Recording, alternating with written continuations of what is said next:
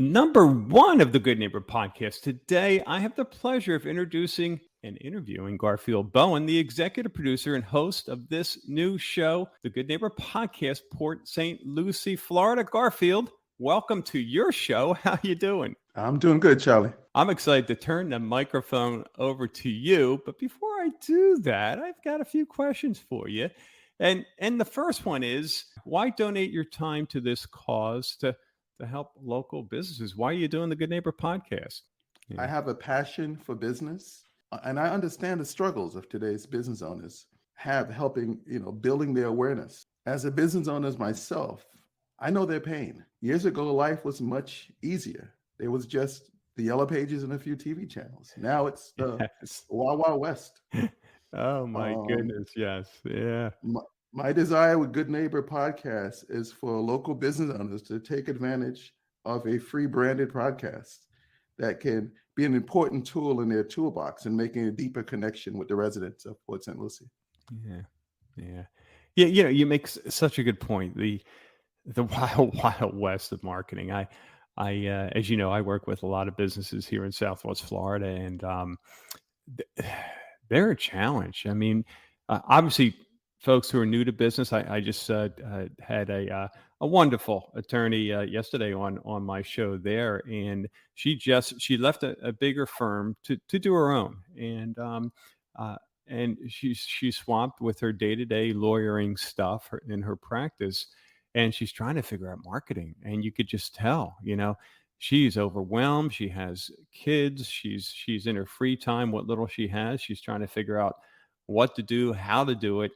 And it's a lot of pressure, and there's a lot riding on this. We talked about in the beginning, the importance of getting these stories out there for local businesses. But the reality is, Garfield, most businesses, they don't survive the first few years in business, right?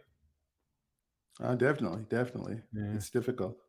Yeah, and so getting this information out there, I think, is huge, and is so great that you're providing this for Port St. Lucie. But your involvement, so you're putting a lot of time into this, and you already have guests lined up for your first shows. What do you do in your let's see, the time that you don't donate? How do you keep the lights on and pay the bills?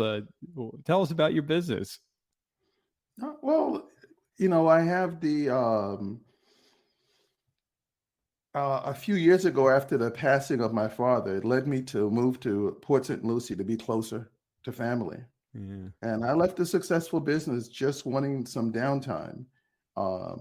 But I met some great residents in PG and Verano, and they all had nice homes, but isolated themselves. And they appear to be unhappy because they never took the time to get to know their neighbors. There's something about losing a loved one that just makes you want to help. This led me to found and publish PGA Village Living, the private residence publication for the residents of PGA Verano and now Copper Creek. Each month, I get joy from introducing local families, business, and charities to their neighbors. This publication is responsible for many lifelong friendship in this community. The residents and local business leaders helped me to later produce an annual community event called Appreciation Expo. It's pretty much like a block party. Our last event before COVID was held at PGA Golf Club. The residents present had an opportunity to, believe it or not, swing for a new car provided by Acura Fort Pierce. Everyone had a ball. Now, 7 years later, while thinking about what's next, I met a great guy called Charlie who's helping me with podcasts in Port St. Lucie. Do you know that guy? I've heard of him, and I really appreciate that. But you're the great guy here because, again, back to you really need to be passionate about helping business owners to do what you're doing, and that's is take time away from your valuable day-to-day operations there to, again, help local businesses. So kudos to you. And I know a little bit about your journey here, and you mentioned part of it there, Garfield. But yeah, you really have an interesting journey. your past business. Fill us in. I mean, tell the listeners what you were doing and how you got to this point now. I have a degree in accounting. Yeah. Used to work for a CPA firm in New York and started many businesses. My most successful one was one called Prom Guide, which I took nationally for 25 years. So Wow. made a lot of money, had a lot of fun, but you know, I guess you can't do as you get older, you can't do what you do when you was younger. So I had to move on and just really burnt out. And Yeah. my passing my father had me stop and pretty much reset. Yeah. Yeah. Yeah. And that burnout. I mean, it took you 25 years. At my health club business, it was 23 years, and you're right. You could just get to the point where, and part of it, I think, is maybe we get smarter and wiser, and new challenges. I think that DNA. We always like to be challenged, and I think part of it is just yeah, we're fried, we're burnt out because we're doing so much, and that again goes back to how we open this up. The whole marketing, the overwhelm of marketing, and it's so easy for business owners to get burn out just because they're trying to keep up with all the changes, whether it be the social media, the Googles of the world, the TikToks, the even the standard marketing that you mentioned that are still options, newspaper and things like that, and certainly your publication. So very, very cool. So is that publication still in existence? Still going strong, Charlie. We just Wow. April is going to be our 7th anniversary issue coming out this April. Wow. Good for you. Good for you. So misconceptions, for business owners, what do you hear, from an education standpoint that you can help these business owners that uh, maybe is the standard? Oh yeah, that's the way that works, but does it really? What comes to mind, Garfield?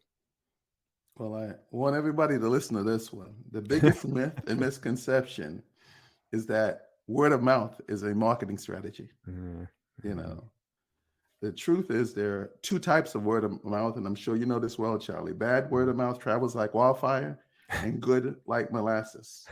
That's great. You I know, love it. business owners have to take control of their future. This begins by identifying their target audience and figuring out how to get in front of them over and over again, and pretty much have them dreaming about them.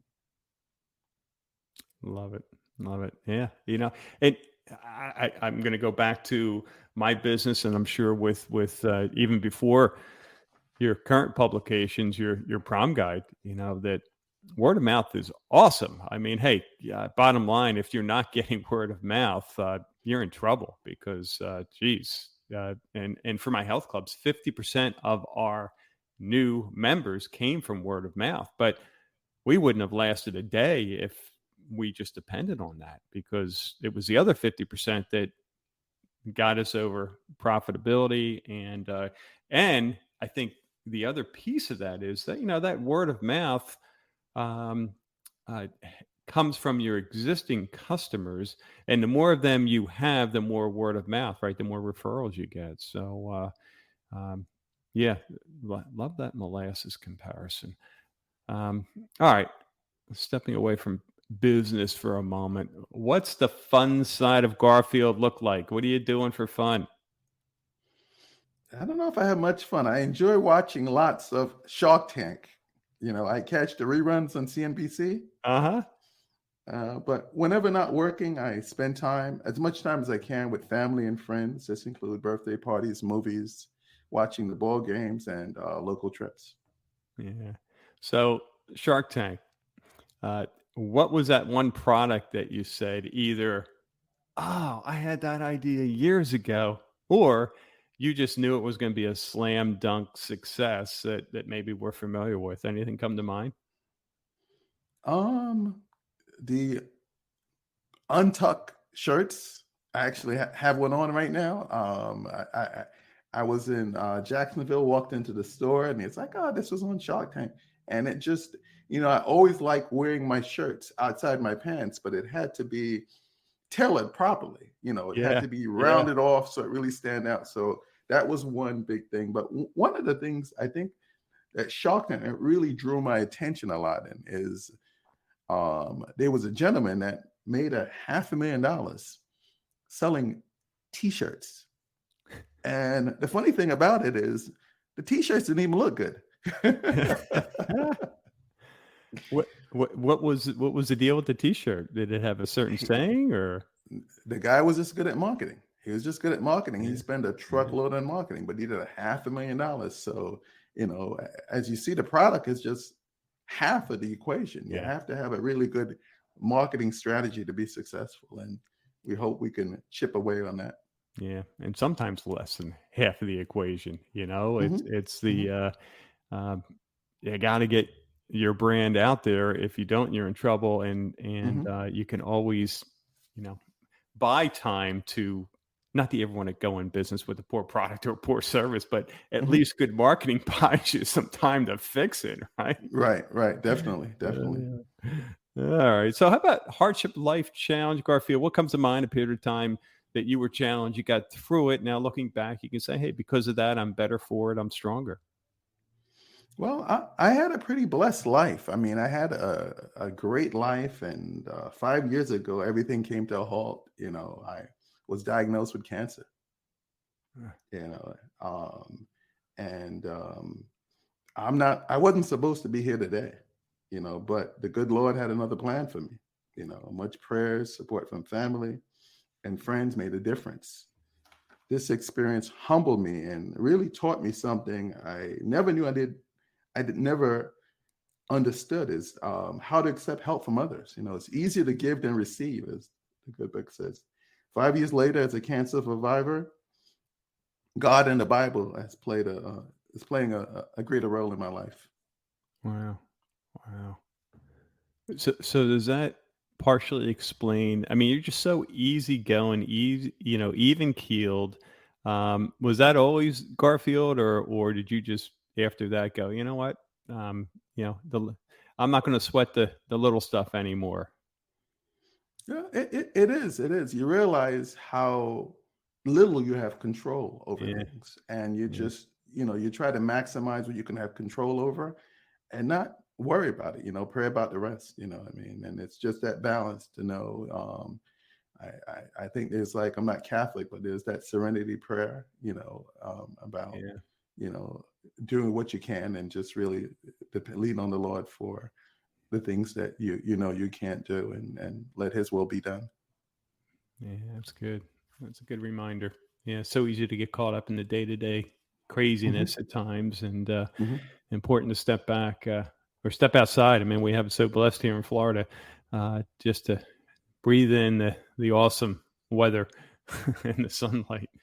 Yeah. How about one thing you wish your listeners knew about you and your business? What would that be?